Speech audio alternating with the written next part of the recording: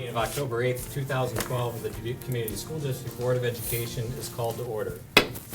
Our mission is to develop world-class learners and citizens of character in a safe and inclusive learning community. Ms. Lucas, roll call, please. Mr. Barton? Mr. Byteam? Here. Mr. Davis? Here. Mr. Donahue? Here. Mr. Krueger? Present. Ms. Ryan? Here. Mr. Strudel? Present. Thank you. We are joined this evening for the Pledge of Allegiance by Ms. McDonald and her group from Sageville.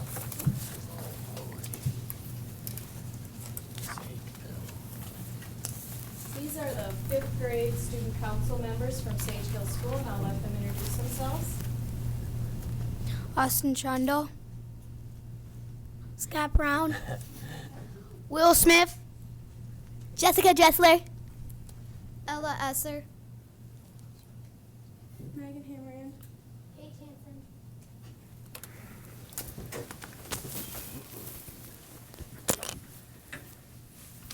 Pledge allegiance to the flag of the United States of America and to the republic for which it stands, one nation, under God, indivisible, with liberty and justice for all. Thanks, guys. Thank you very much. Thank you.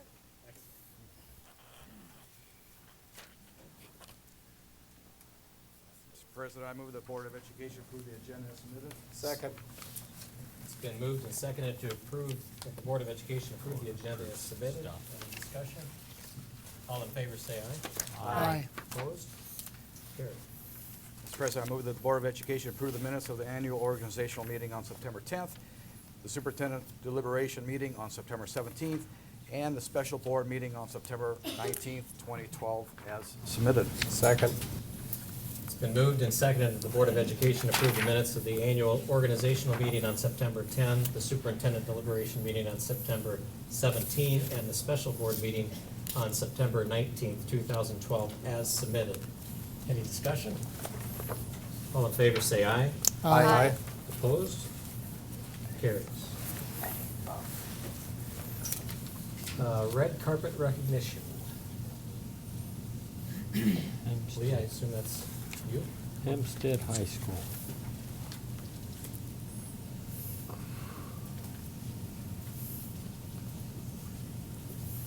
I have with me tonight three representatives of the Hempstead High School class of 2016. I'll let them introduce themselves. It's polite. I'm Ellie Sadler. Jian Chong. I'm Isaac Slagle. And every year at the orientation day for our ninth graders, we ask our freshmen to sign a pledge, a commitment to graduate. And tonight we wanted to take a quick moment for the board secretary, superintendent, and board president to sign our replica of the Hempstead diploma. And we have these all 4 years on display in our hallways so that kids can come through, find their name, and maybe a gentle reminder every day of their commitment. So we'd ask Dan.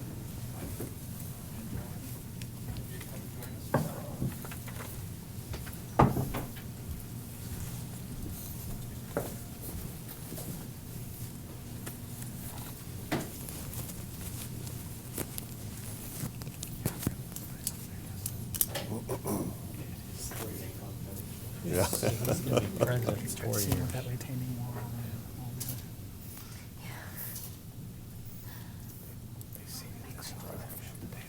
I would have practiced writing sideways if you had told me.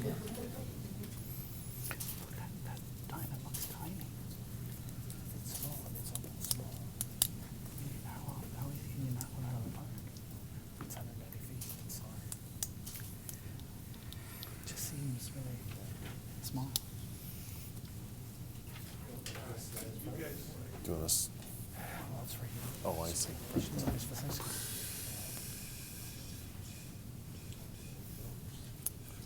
Can you tell us anything?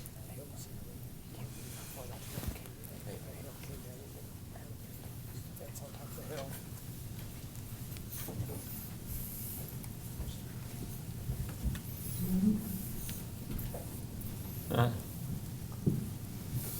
We're going to give you a quick ID side card. This is something, a gift that we give all ninth graders on our orientation day. Thank you. A reminder, in a small way, could be a bookmark of the decisions that they have control of every day, whether they say hi to someone in the hall, whether they treat each other with respect, whether they do their homework or not. So an ID side card is our gift to them, and we talk about it every once in a while to remind them of their decisions. One thing interesting with the ID side card, since they all have some horizontal symmetry, if you hold the ID side card out in front of you, and then just flip it straight over, and hold it up to the light, it Oh my God. still says ID side. So you can't hide from your decisions. You've got to make them and stand up for what you believe in, and good things will come your way. So ID side. Thank you. Thanks, Lee. Thank you. Thank you, Lee. We should have had this for board orientation. Something about being accountable for decisions. Use it on November Put that 6th. right up in front of Thank you. Board salutes. Do we have any this evening? Mr. President, I have a board salute for Dale Plessel and the Dubuque Senior High football team. A week ago, Dubuque Senior High defeated Iowa City High in Iowa City, and which a football game usually isn't very remarkable, but it was the first time that a Dubuque public school had ever beaten an Iowa City public school in football, at least since the formation of the Mississippi Valley Conference in 1992. So they snapped a 23-game losing streak against the City High football teams and Iowa City High football teams. So congratulations to Dale Plessel and the Dubuque Senior High football team. Great. Any others? I have one for Principal Lee Coulter. Too bad he left. He's right there. Is he still here? It was a couple weeks ago when, I think it was Hempstead's homecoming week, and we actually happened to have a facilities committee and support services, or no, it was a Hempstead core committee that we were meeting on, and Lee walks into our core committee meeting wearing tattered jeans, a green shirt, some kind of flower thing around his neck. He had mismatched fingerless mittens on, and we were just dying to figure out what the story was. And Lee came in and he had a picture of him and this young woman from Hempstead, and he told the story that this was a young lady who often it's hard to get any kind of feedback from, really not real engaging, and this was Twins Day, I think, if correct, Lee, and so Lee approached her, and apparently during the lunch hour just kind of leaned over to her and said, "So what are we wearing tomorrow?" And caught her totally off guard, but apparently got her engaged enough that they collaborated on an outfit. I don't know if you still have the picture, Lee, but I'm sure it's probably somewhere. It's in my portfolio. Yeah, as it should be. But my salutes to Lee. That's the kind of the connection needs to be made with kids, particularly those that are not necessarily engaged. And I think it speaks a lot to Lee and his leadership at Hempstead. But to me, that is we've adopted the moniker of America's Best Small City School District, and a lot of people struggle to define what that looks like. I would suggest to you that that's one example of what it looks like, what happens in our schools without a policy, without a procedure, and nobody looking over his shoulder. So Lee, thank you very much for that. Okay. We've got open forum. I move that the Board of Education suspend the rules of order and go into open forum. Second. It's been moved and seconded that the Board of Education suspend the rules of order and go into open forum. Is there anyone within the forum? Gonna vote. Oh, I'm sorry. All in favor, say aye. Aye. Any opposed? Carries, thank you. Is there anyone wishing to address the board at this time?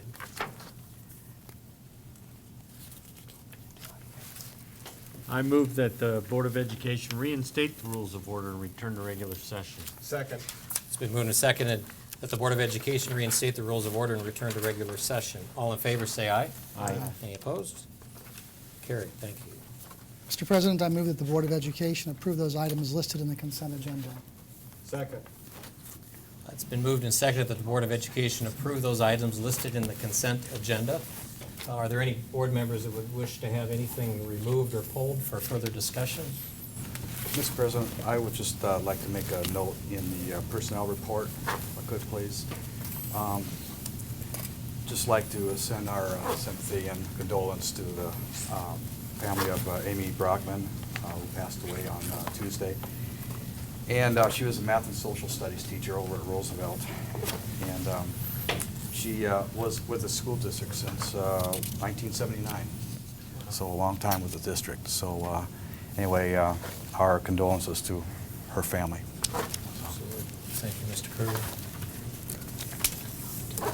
So, very well. Until something's pulled them.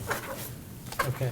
Not hearing if there's anything to pull from the consent agenda, I would ask, all in favor, say aye. Aye. Any opposed? Motion carries. Mr. Kruger. I have a few things on the, for sports facilities. And first motion, Mr. President, is I would like to move the Board of Education approve the donation from Irving Elementary School Parent-Teacher Group for outdoor park benches, entryway rug, and folding chair carts for Irving Elementary School in the amount of $2,890. Second. And basically, this is just a really nice gift that the parent-teacher group has done for Irving, and I believe that the grounds department will be providing the labor and the concrete for these items. So anything that comes that's being done at the school has to come through the board. So that's how come we have this motion. Any other discussion? It's been moved and seconded that the Board of Education approve the donation from the Irving Elementary School Parent-Teacher Group for outdoor park benches, entryway rug, and folding chair carts for Irving Elementary School in the amount of $2,890. All in favor, say aye. Aye. Any opposed? Carried. Thank you. Mr. President, I'd like to move that the Board of Education approve the performance and payment bonds for Ports and Construction, Inc.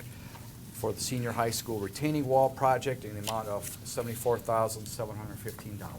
Second. Kevin, would you want to add a couple things to this, please? This is here tonight. Originally, Portson, who is also doing the work on Dalzell Field project, won the bid for this project. They were hoping to put the bond for Dalzell and apply that to this project that was done on the softball field. The bond company, however, did not allow that, so they had to go out and get a separate bond for this project. Thank you. Questions, discussion? It's been moved and seconded that the Board of Education approve the performance and payment bonds from Ports and Construction, Inc. for the senior high school retaining wall project in the amount of $74,715. All in favor, say aye. Aye. Any opposed? Carries.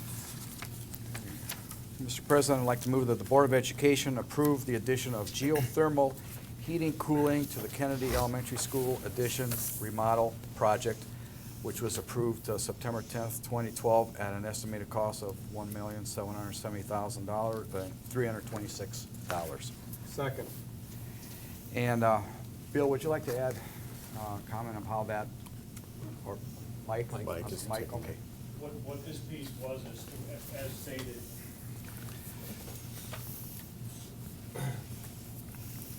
Thank you.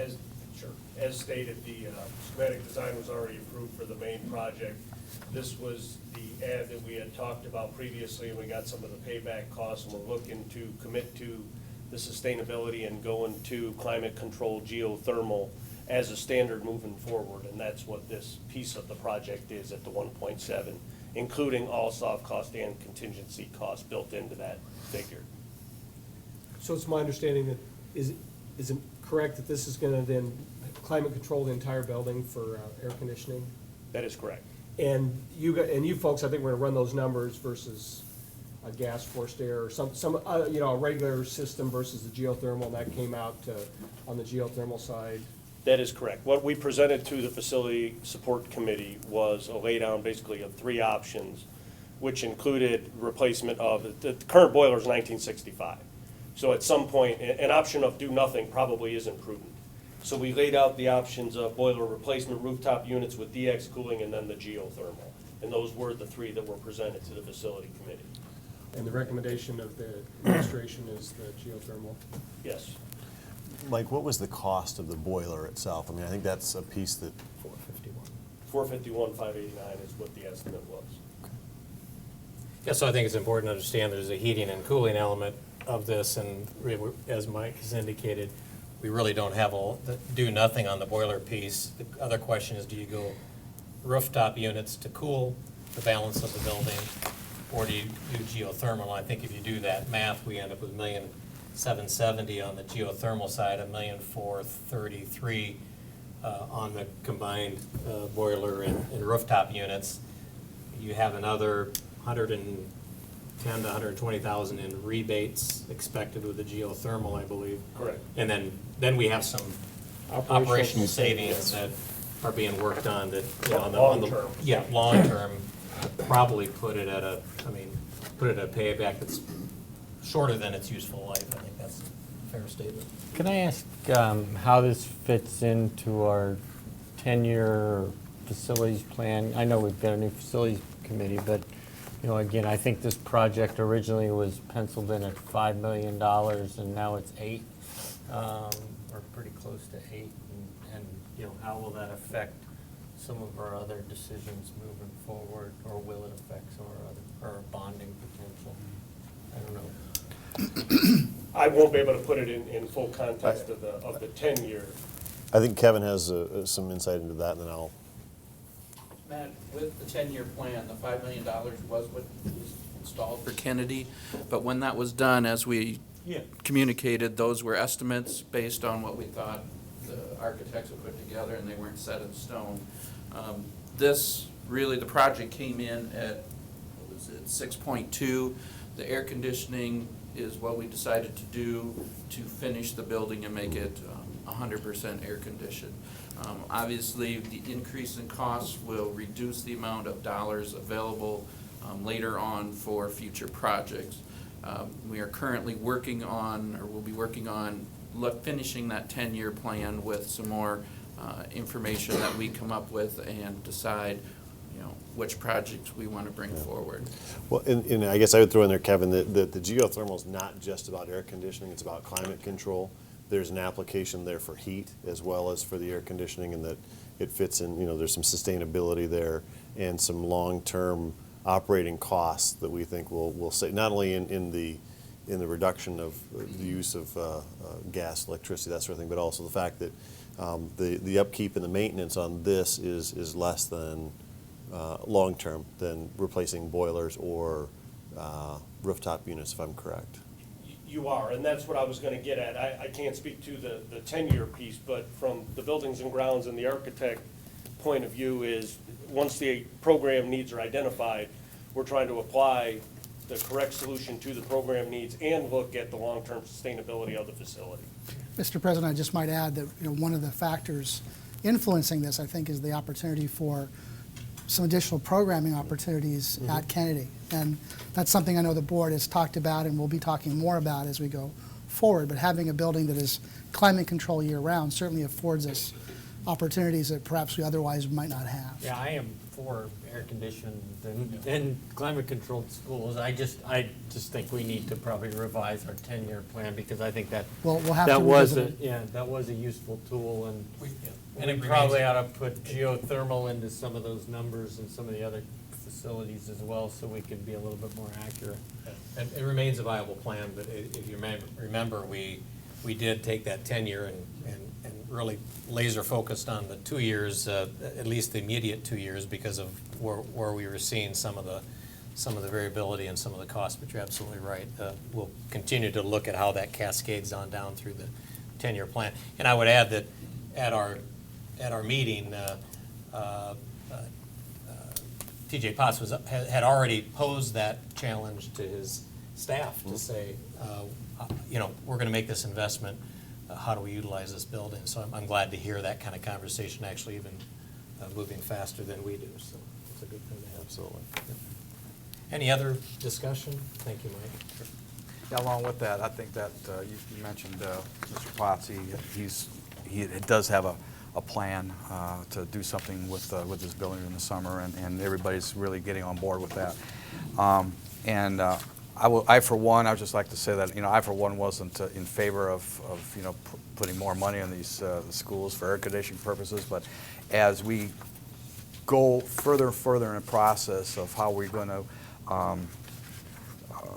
revitalize our education system and reform our education system, I think we will fail to lack if we don't see that reform here in the next 10 to 15 years. And I think that these improvements that we're making on these schools will be beneficial to the district down later in the years.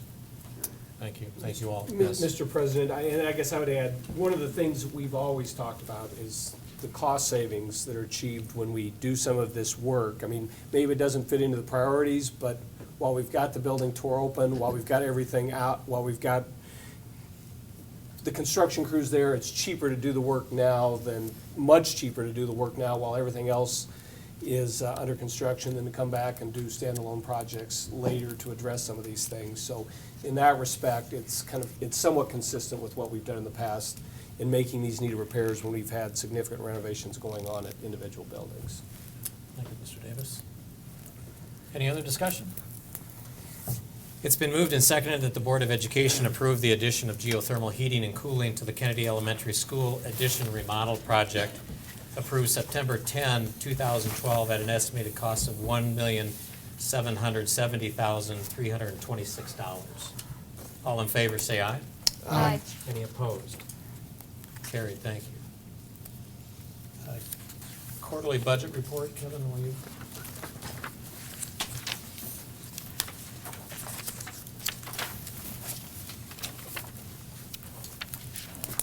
Board members and Mr. Engans.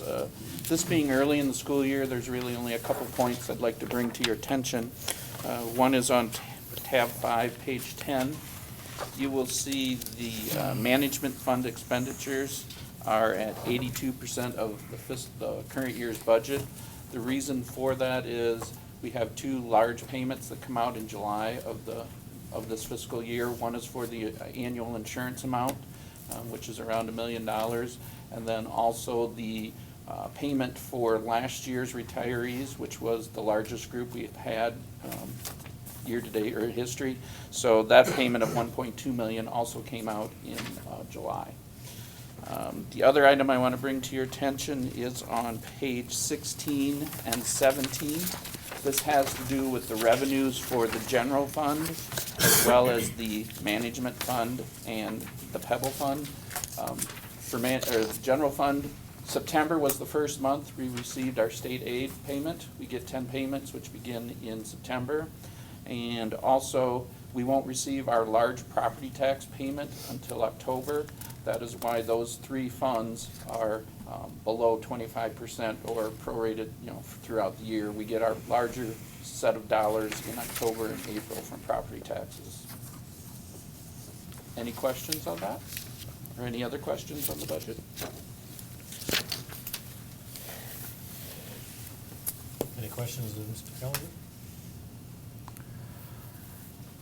Okay, Mr. President, I move that the Board of Education approve the quarterly budget report as presented. Second. It's been moved and seconded that the Board of Education approve the quarterly budget report as presented. All in favor, say aye. Aye. Opposed? Carries. Thank you. Thank you, Kevin.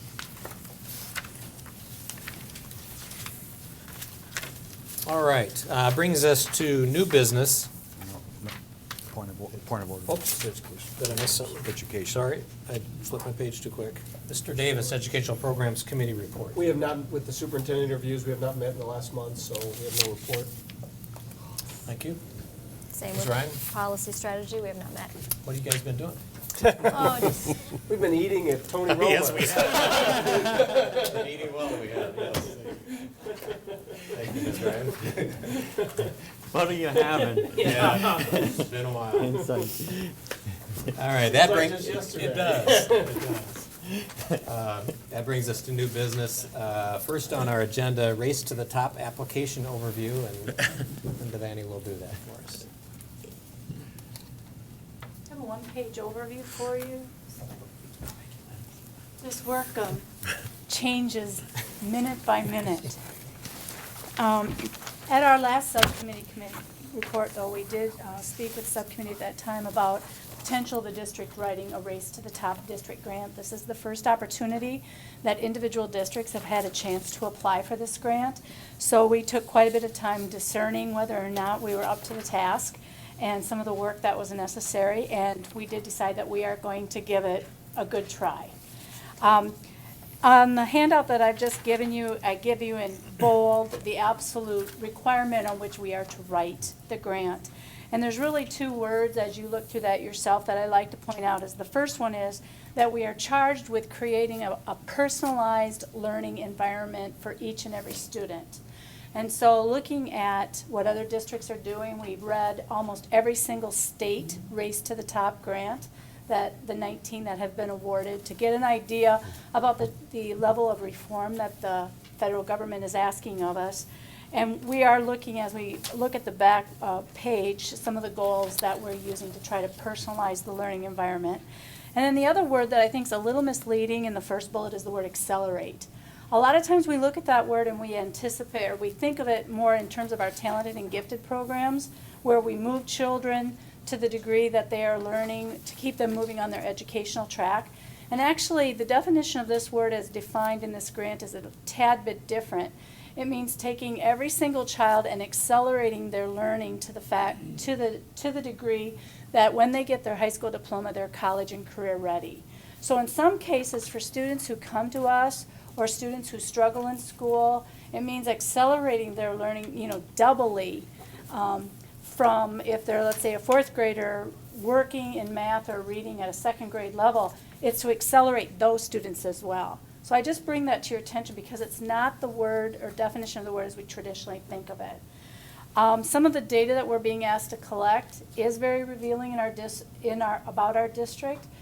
We do have discrepancies that for this reason, it's good for us to consider the elements of this grant to make sure that we are trying to eliminate the discrepancies between particular subgroups of students. So the bottom bullets just give you some idea. This grant is about for $20 million for a district our size, and it is the size of the district that determines the amount of the award. And then the rest of it just gives you some ideas about some hurdles that we are still working through and to make sure we make this grant submission on time on October 31st. It has to be in Washington, D.C. at 4 p.m. on October 31st. The back page simply shares with you the 3 goals that we've decided to focus on. Creation of a district that has a value, a culture of continuous improvement for all students, and it's a data-driven goal, making sure that each and every person, including students, understand the assessments that they're given, making sure they're of high quality and rigorous, and that the educators know how to triangulate that data to make adjustments in their instruction. The second goal is about creating highly effective teachers and administrators. And you can see in the middle column, we identify some of the ways that we'll do that.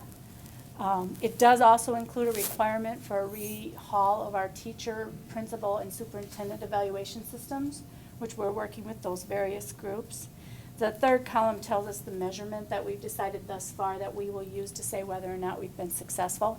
And the third column is about the personalized learning environment. And that's kind of the fun one. It talks about the fact that we are anxious to institute a learning management system.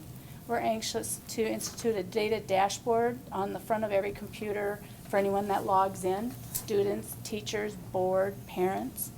And then some of the other projects that are listed there have come from our own DSILT committee, which generated some ideas. We've had every single site council in the district. And at this point, over 150 families, parents respond to our question, what should we do as a district? And then we used, obviously, some of the data from the third grade reading initiative, which was the largest collaborative we've been in recently. So this is where it's at today. And we continue to slog away at it. Sure. Well, I guess I would just start by saying, this has really been a Herculean effort on the part of Lynn and Shirley Horseman, and certainly Nancy and David and Tammy and others in the room, knowing that This came about mid-August and is due in October, and a lot of hurdles to get through. Being an Iowa school district, we have a few more hurdles than some other districts potentially, and that much of what needs to go into the grant around evaluation and some other things has to be negotiated with the DEA. Other states, that's not necessarily the case, but we've got a good collaborative effort with the DEA. We have for many years, and so a lot of what you'll see in the grant when it comes back in its totality to the board for its preview and potentially a signature is sort of far-reaching goals that we know we'll have to negotiate in order to make that work, and we're being upfront about that in the grant, and maybe that puts us at a little bit of a competitive disadvantage to districts in other states who can say these are the things we're going to do. We're saying these are where philosophically we'd like to go. It's certainly $20 million is an exciting opportunity to the district, but we've tried to approach this with the idea of what happens in year 5, in year 6, in year 7 when those dollars dry up. So we certainly want to have something that is long-term and sustainable, and obviously, number one, good for kids, and good for our community. So a lot of what is in the grant is philosophical in nature, though there are some things in there that are very specific, and I guess it's been large portions of every day for the folks I mentioned earlier for the last several months, and we'll bring back, and then we'll go through I believe at the 22nd, board meeting on the 22nd, Yes. the specifics of the grant for the board to consider. Mr. President, I might just remind this body and those listening that Race to the Top had come out in a previous iteration over a year, probably a year and a half, 2 years ago, where the previous board decided, based on the requirements of that particular grant, not to support it. I think we were joined by 2 or 3 other UENs within the state of Iowa. At that point, the program was about states getting funding, Right. not individual districts. And what's really different about this is that it's an ability of individual districts to apply for the money.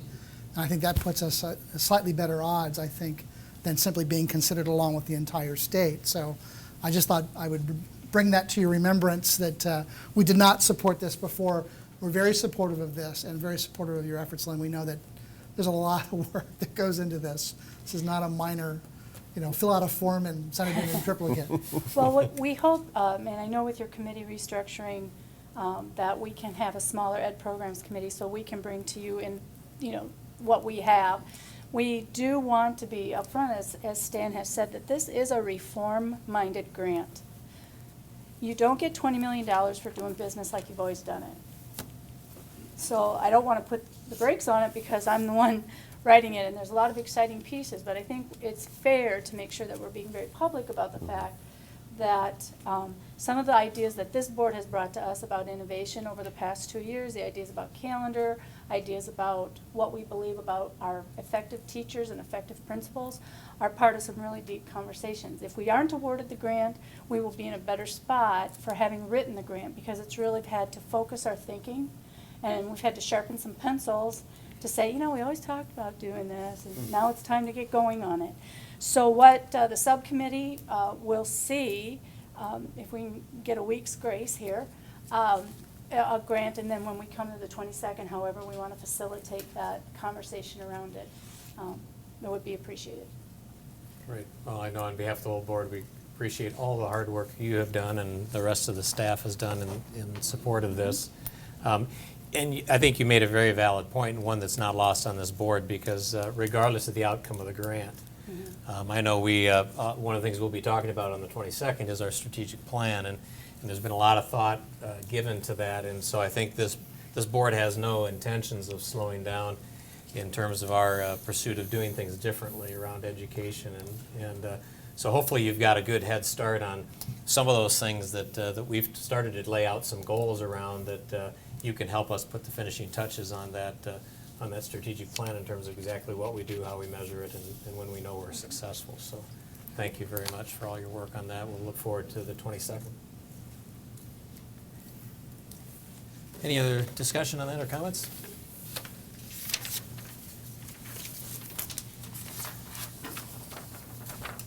We have you've been provided in yellow here, the proposed committee assignments for the 2012-2013 school year. Based upon a consensus within the board, we have combined the educational programs, policy, and strategy committees into a single committee. And Joni, do I need to go through these appointments? Okay, you all see who you are and where you're at, so I won't be redundant in saying that. But I've chatted with all of you, and you've all been very gracious and generous in your support of these assignments. So. Mr. President, I move that the Board of Education approve the 2012-13 Board Committee assignments as submitted. Second. Any discussion? Is everybody happy? Otto, you happy? I'm always happy. He's good, all right. I'm impressed that Otto's, I'm not going to say Okay. publicly. I'll quickly state that the Board of Education has moved and seconded You to know what I'm approve talking the about this, don't you? 2012-2013 Board Committee assignments as submitted. All in favor, say aye. Aye. Any opposed? Carried. Thank you all.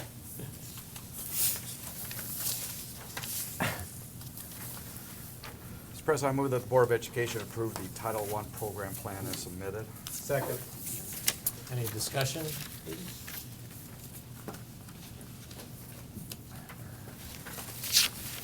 It's been moved and seconded that the Board of Education approve the Title I program plan as submitted. All in favor, say aye. Aye. Any opposed? Carried. Move that the Board of Education expel student number 806636 from attending school in the Dubuque Community School District pursuant to contract and waiver of hearing signed on September 28th, 2012. Second.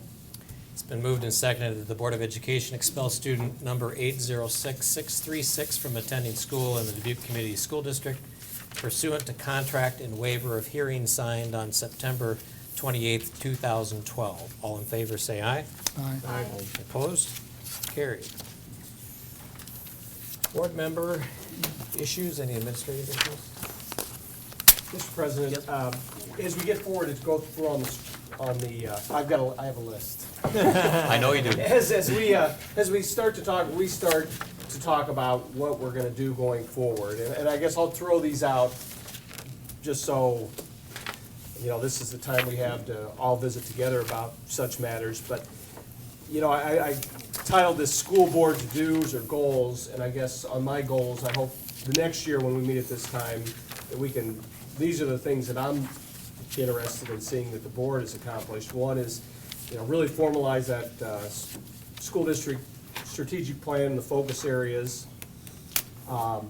I think it would be helpful for all of us and for future boards to have some sort of, to actually document what the school board, what our internal expectations are of other school board members. I mean, some of the things we do kind of automatically, treat each other respectfully, attend the meetings. I think it'd be helpful to have a list of some of those norms and expectations we expect of each other's, if for no other reason, just to have them said out loud. I think it's important that we establish some solid goals for the superintendent going forward, and as a secondary to that, discuss what the evaluation methodology is going to be for the superintendent, to have a little clearer picture of what the goals are and what the evaluation methodology is for the superintendent going forward. So those were some of the things that I think at some point I'd like to talk about, and obviously some of those require more discussion, like what are our goals. I think the strategic plan is different than what are our goals for the superintendent. The goals for the superintendent may be such things as make good decisions every day, hire, train, and evaluate a highly effective leadership teams, which are maybe our goals for the superintendent, but not necessarily part of the strategic plan. So, anyway, those were the things I just wanted to throw out to you, things that I've been thinking about as we go forward and start off a brand new year with the school board. Thank you, George. Appreciate that. Any others?